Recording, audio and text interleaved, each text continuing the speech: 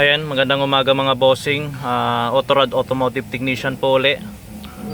Last time, ginawa ko pala yung computer box nito kasi nasunog. Tapos after ko ma-repair, ito na nga, mayroon naman si sir isang pinapagawa sa atin dito, yung e-pass niya. Kasi nagluloko na yung e-pass, tumitigas. Yung ano ba yung e-pass? Electronic Power Assist Steering na tinatawag.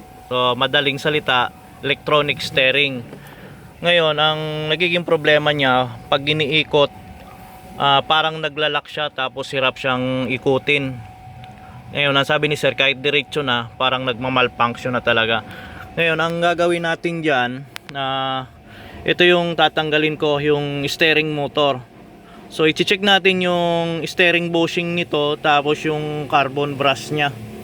So, yung kakalasin ko dito, yung steering motor nya. So, common na issue ito ng Hyundai. Kung hindi computer box, steering motor. Kung hindi naman steering motor, yung rack bushing. Yan ang kadalasan mga sira ng Hyundai. Pero iba-iba yung nagiging cause ng steering. Minsan pag lagatok, ang kadalasan masisira dyan agad yung steering bushing. Pero pag naglalak na yung ano natin, manibela, ito yung nagiging cause dyan, yung steering bushing saka yung carbon brush. So kaya yun dapat ang ano natin tingnan lagi dyan. So kakalasin ko na muna ito para madala ko dun sa bahay. Kasi nandun yung ano natin, mga power tools na pang repair ng ano natin, electronic. So paano ba to kalasin? Kakalasin nyo yan, uunahin nyo yung cover dito sa may steering. So mayroon niyang screw dito na isa sa ilalim. Tapos dito sa may ibabaw may dalawang screw yan. Tapos after yung matanggal yung ano na yan na cover, pwede na siyang hatakin palabas. Hinahatak lang naman yan. Tapos yung cover naman dito sa may kick panel, mayroon ding screw dito isa. Tapos dito sa may side cover, may dalawang screw. So yun, dalawang screw. So after nyong mabuksan yan dito, unahin nyo munang alisin yung mga power line. Yung sa ignition switch, yung sa ano natin, column switch natin. Tapos yung mga socket dito sa EPS module. So after nyong matanggal yung lahat ng wire maklear. Tapos ito pa pala yung hood cable natin. So alisin nyo rin yan. After nyong ma-clear lahat ng wire, mayroon yan dito dalawang nut sa ilalim. So dito yung dalawang nut kalagay. So dito yan. Tapos isang screw dito sa likod. Ito. Yan. So dito naman yung screw nakalagay. So yan dyan. May screw yan dyan. So, after nyo makalas yung tatlo na ano na yan, lock. So pwede nyo na sang ibaba, ilaylay dito. So ganito yung posisyon nya. Yan. So pwede nyo na ngayon siyang tanggalin. So ito naman 12mm, dalawang 12mm. So pag natanggal nyo na yung dalawang 12mm, mabubunot nyo na yan pataas. So yun, kakalasin ko na muna ito. So ito na guys yung ano natin, steering motor. So nakalas ko na. Ayan. So iuwi ko na muna ito sa bahay para doon i-repair.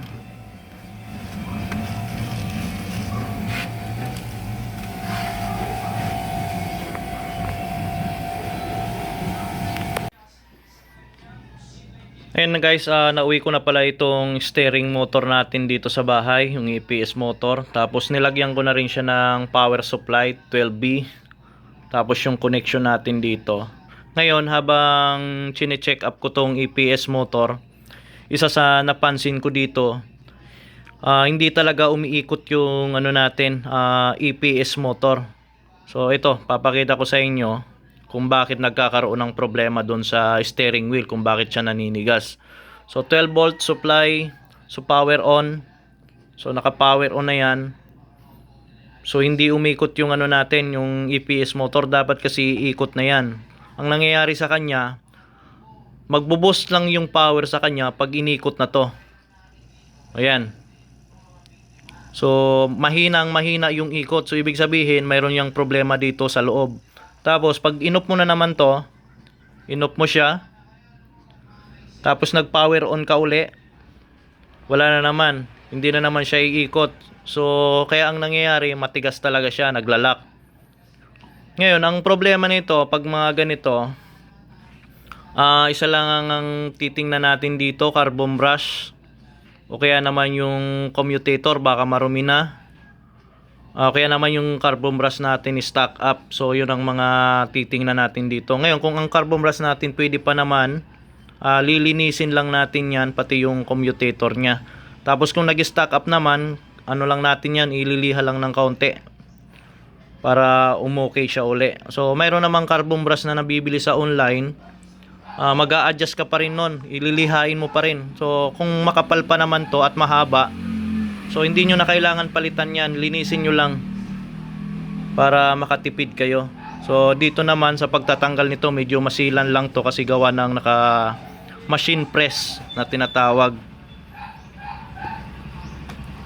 So ayun guys, buksan muna natin to kung anong naging problema nitong ano natin, EPS motor.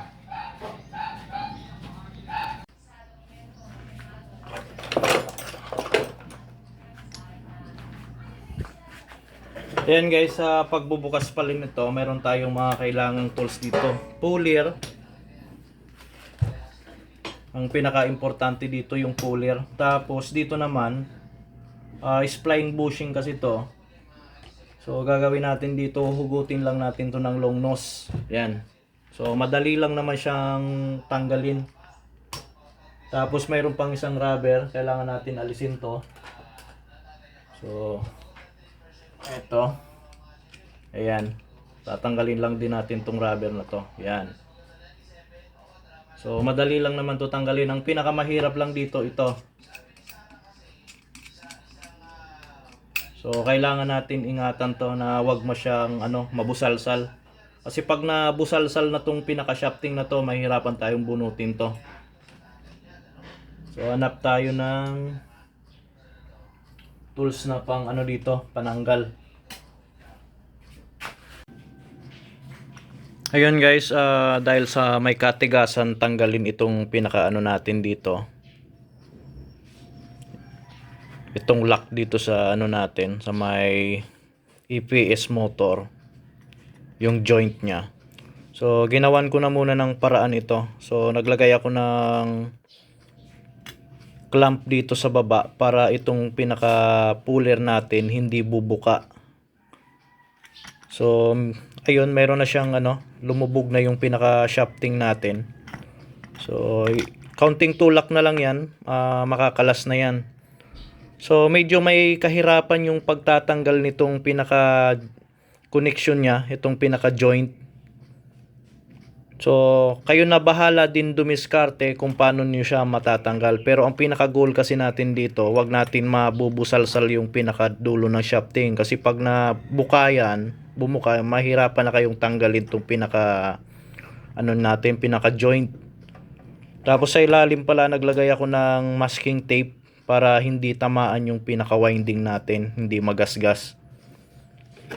So ayan, counting tulak na lang ito, makakalas na tong pinaka natin, pinaglalagyan ng bushing. So makikita na natin kung anong naging problema dito sa pinaka carbon brush nya, kung bakit ayaw umikot ng maganda. So tanggalin ko na muna ito. So madali na lang tong tanggalin kasi nakaangat na. So basta pag magtatanggal kayo nito, ingatan yung mabuka yung pinakadulo ng shafting para hindi kayo mahirapan sa pagtatanggal. So kanya-kanyang diskarte na lang din. So ang gagawin natin dito para makalas tong pinakadulo. So ako kasi ang ginawa ko, dinahandahan ko lang siya para umangat ng konti. Nagputol ako ng ng banjo bolt. Ito, banjo bolt, pinutol ko kasi may butas na sa gitna. Tapos yun ang nilagay ko muna dito para maitulak lang yung pinaka niya, pinaka shafting. Tapos naglagay ako ng clamp sa ilalim para hindi bubukas itong hindi maghihiwalay itong pinaka puller natin. So ayun, tanggalin ko na muna ito para makita na natin yung shafting ay carbon brush kung anong naging problema. So ayun na guys, nakalas ko na yung pinaka natin. So ito na tayo. Pwede na natin tong alisin dito sa ano, pinaka housing nya. So ayun. So kaya pala hindi siya umaano. Kaya pala hindi umiikot gawa ng ito na nga yung sinasabi natin ano. Nag-stack up na yung carbon brush nya. So dalawang carbon brush ang nag-stack up. So hindi katulad nito, ayan oh. Gumagalaw siya. Pero ito hindi na. Ayan oh. Sobrang tigas, oh. So pag mga ganito, katulad naman ito, makapal pa to eh. Linisin nyo lang to, lihain nyo lang ng kaunti yan. Wala naman magiging problema dyan pag nilinis nyo yan. So sayang naman kung papalitan, original pa. Tapos makapal pa naman. So ang gagawin lang natin dito, lilinisin lang natin to. Pati itong commutator nya. Ayan. So yun lang ang problema nya, kaya umikot ng todo. So ayun guys, linisin muna natin to. Dapat ang galaw nya maging same lang nito. Yan. Nataas baba dapat, pero ito kasi wala na, hindi na gumagalaw. Naka-stack up na lang. Pag mga ganitong hindi na gumagalaw, ang nagiging problema niyan ito. Siyempre sa katagalan din, pag uminit, itong bakal na to, pwede kasi siyang mag-shrink pag lumamig na. So, o kaya naman yung mga debris ng carbon brush natin, kumalang na dito sa ano natin, carbon brush. So, yun ang nagiging problema niyan. So, kailangan lang natin tong linisin, lihain ng kaunti para mag-pre yung parang katulad nito. Kaya ang gawin ko na muna, linisin ng contact cleaner. Tapos lihain ng konti para gumalaw.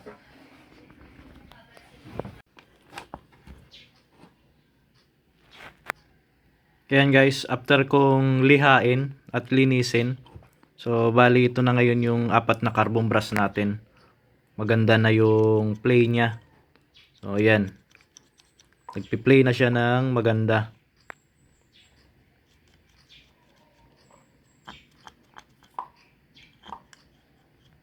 Yan, bumabalik na siya. So pag mga ganito, makapal pa, hindi nyo na kailangan palitan yan. Kasi mas maganda pa yung original sa mga replacement na carbon brush. Minsan kasi, mayroong mga carbon brush na hindi maganda yung contact. So mas maganda pa rin na gagamitin natin yung original na carbon brush katulad nito. So kaya pa naman nating ano yan, gawa ng paraan. Liha lang naman yan, hindi nyo na kailangan palitan yan.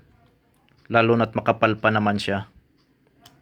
So ayun, ibabalik na muna natin ito. Tapos iti-testing uli dito kung continuous na ba yung pag-ikot ng ano natin, EPS motor. Tapos ito naman, ang pagbabalik nito, pupukpukin nyo lang to pababa. So ang pagpukpok naman nito, dahan-dahan lang, wag nyong pipersahing hampasin pababa. Baka masira din yung ano natin, pinaka-spline. So yun lang naman ang ano nito, pinakamahirap gawin itong pinaka-lock na to. Pero yung paggagawa nitong carbon brush, madali lang naman. So dito lang kayo mahihirapan. So kanya-kanyang diskarte na lang din. Ang importante, mayroon kayong puller. So ito yung pinaka-importante dyan na tools pag magkakalas kayo ng EPS motor na magpapalit ng carbon brush. So ayun, i-assemble ko na muna ito, tapos ite-testing natin uli dito sa ano natin, power supply, kung okay na siya. So ayun na guys, nabalik ko na lahat. So na-screw ko na rin ito. Tapos ito na, naka-connect na ako dito sa ano natin, power. So may supply na tayo na 12.7 volts. So naka-power off. Subukan nating power on. So kanina kasi pag pina-power on natin ito, kailangan pa natin tong pihitin para umikot. So ngayon, i-try natin kung kusa na ba siyang iikot na hindi na natin kailangan pihitin. So try power on. So ayun, kung makikita nyo siya, umiikot na at saka smooth na yung andar ng EPS motor natin. Subukan naman natin ngayong i-off. So naka-off na yung EPS motor. Try ulit nating on. So ayun, gumagana na siya. So okay na yung ano natin, EPS motor. So ang naging problema lang niya ay yung carbon brush na stock up.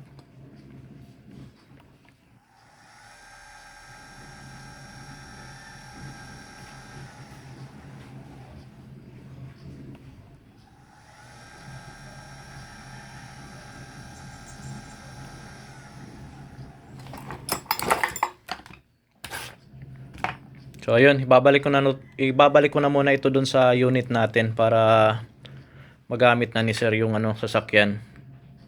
Hindi kasi niya maibiyahe ng malayo gawa ng tumitigas yung manibela.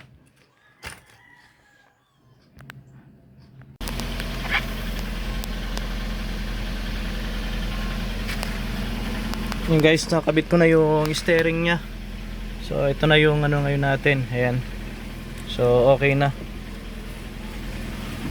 Malambot na yung natin, steering.